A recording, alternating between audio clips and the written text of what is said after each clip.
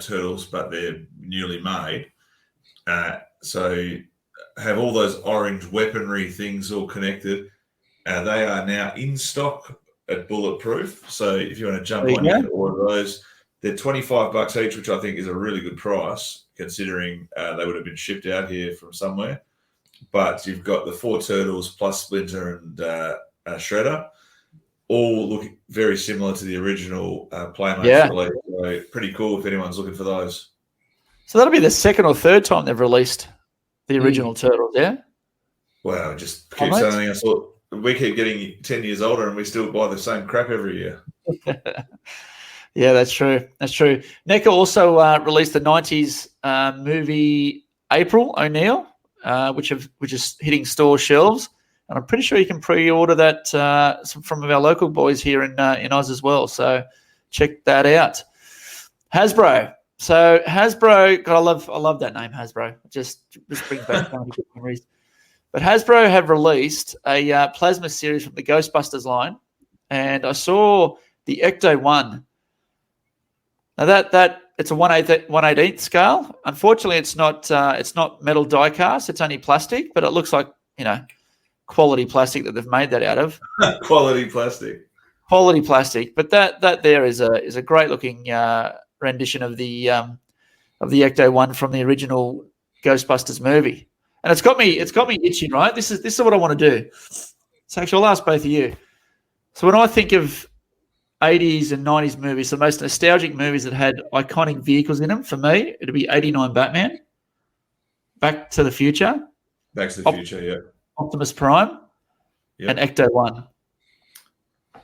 Yep. I'd pay that. Would you guys agree? Have I missed any? Thanks for giving me this question in advance so I could think about it. But as soon as you said iconic vehicles, first thing that comes to mind is Back to the Future and the DeLorean. DeLorean, yeah. 89 Batman's got to be one, surely. Batmobile. Yeah, Batman, yes. But for me, I was never a huge Ghostbusters fan. Okay. So it was a bit scary for me. I was only little. So the actual car itself is iconic. And there wouldn't be any adult in the world who wouldn't know what that car is. No. But must have for me? Probably not. What about Optimus Prime? Love Optimus Prime. Optimus Prime. I'd love to go back and actually rewatch the cartoon, the Transformers cartoon, as an adult. But I don't even have enough time to watch a bloody pay-per-view, let alone get back and watch old cartoons. So, well, there's actually before we get to that, what about you, Adam? What's your iconic vehicles? Back to the Future, DeLorean, 100%. And then it's probably the Batmobile and the Ecto-1. I mean, that has to be those three. I mean, I think you hit it right on the head. Yeah. So I want to go and get, and what I'm itchy for. If you look up Hot Wheels with a metal die cast, they've got all those vehicles available in 1/18th scale, which are 1/18th scale, which is probably, for those that are only listening right now, I've got my hands up, signaling how big these cars are. So they look pretty red hot. And it was an excellent demonstration for anyone who's listening on the pod. We'll let the viewers and listeners use their imagination on how big that was. Yeah. I had a question for you, Chris, but it's slipped my mind. Oh, it's like there's the Transformers. There's a new cartoon out now on Netflix. More updated version. My son's right into it. I want the old one. I'll watch it with my son this weekend. Yeah, have a look. It's good. Oh, let's keep going. So what are we up to? That's Hasbro Playmates. So I don't know whether to laugh or cry at this one, but there's been a crossover with Playmates with the Teenage Mutant Ninja Turtles and Cobra Kai. Have you seen that? I have not. It's Cobra Kai, the TV show. Cobra Kai, the TV show. So you've got the 4 Ninja Turtles, and they come in 2 packs, and a turtle is taking on one of the members of the Cobra Kai TV cast. What? Yeah. What is this? Made by Playmates. So as I said, I don't know. I'm not a big crossover fan, but it made me laugh. But I won't be buying them for myself. So that's just me. What about you, Chris? No, not for me. Adam's all over it. I'm just looking for my credit card so I can go and buy it right now. No, that sounds awesome. Cobra Kai and Turtles. That's a quality crossover. I'm in with that. Good stuff. Good stuff. But, 2 votes yes and 1 vote no here. No, not for me. Not for me. So it's 1 vote yes. 2 votes no. Oh, again, I'm not a huge Karate Kid fan either. So what? Again, too scary. Oh. Yeah, you can keep your Karate Kid, but you give me 3 ninjas kickback anytime. You say too scary? I'm joking. Adam. Oh, I was like, what? Come on. You know, when they jump him in the toilets, that's just really freaked me out. So, yeah, you know. the skeleton. I haven't been able to use a public toilet since. I'll leave that one alone. Next up, we've got. Look. Firstly, thank you to everyone that has purchased our OG Wrestling and Figs podcast logo tee and hoodie. They are currently being manufactured. They will be sitting in your hot little hands very, very shortly. So once you do, please send us some photos. Get out there. Get it on social media. Us three here will be getting ours very soon. But some exciting news, guys.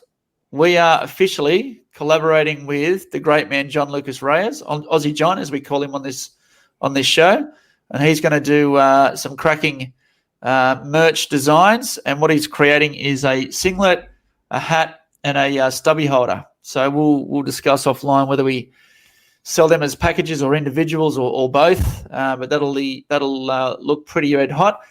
But in our communication, he thought we wanted it for Figs Down Under, so he's made some Figs Down Under additional merch as well. So we'll share some photos when that's ready to launch.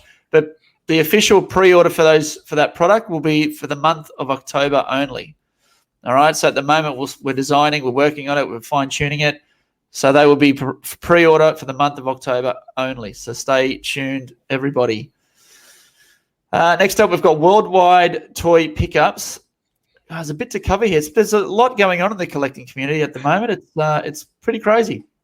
So Mark Bushy, we announced a week or so ago, our last podcast, that he found a whole bunch of sealed, never seen the light of day Joska Hasbros, and he had some more come in.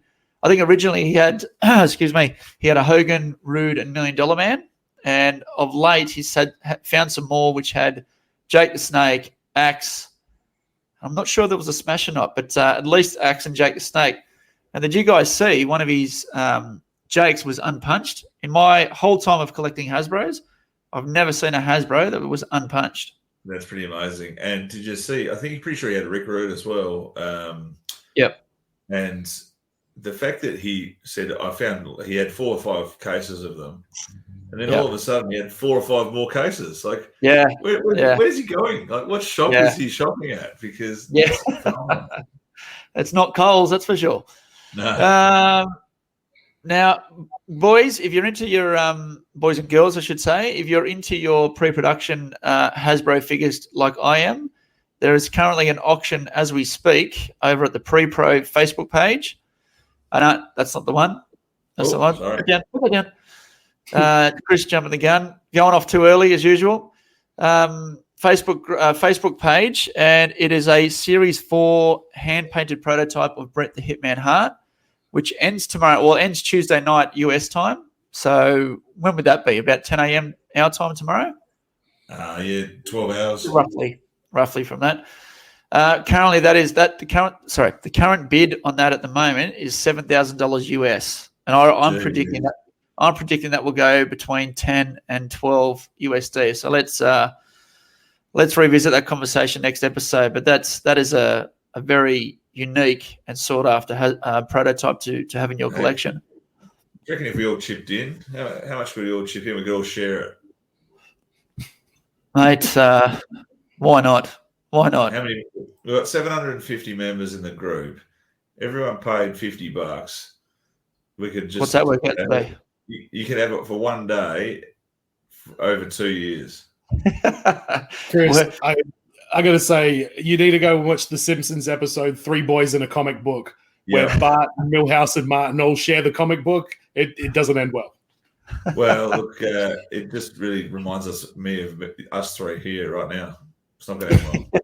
No, it's not going to happen. Not going to happen. Radioactive Man #1. Get it. I always like the comic book shop owner. Yeah. Can't think He's of his name. definitely a wrestling fan, isn't he? Comic book, right? Yep. Okay, so you can bring that photo up now, Chris. Now this here, the story behind this is an additional hand-painted prototype of Bret Hart. Same series, Undertaker, and a Series 1, Andre the Giant. So if you remember in the Hasbro ad, that Andre the Giant, the retail release Andre figure, Hasbro, he did the headbutt. We're in the ad, he does the spin around, right? Almost like a clothesline type action. Now these in 2007 sold at an auction for $172.50 US for the lot. Jeez. All right. So that's 2007. How long ago is that? So that's 14 years, James. 14 years. 14 years ago. So if you spent $172 14 years ago and held on to these, you're at least going to get 10 to 12 grand for that Bret Hart. Undertaker would be pretty much the same. Andre the Giant, I guarantee you, with some of the collectors I know around the world, you'd be knocking on the door of $15,000 to $20,000 US. So what an investment that would have been for $172.50. Mental, isn't it?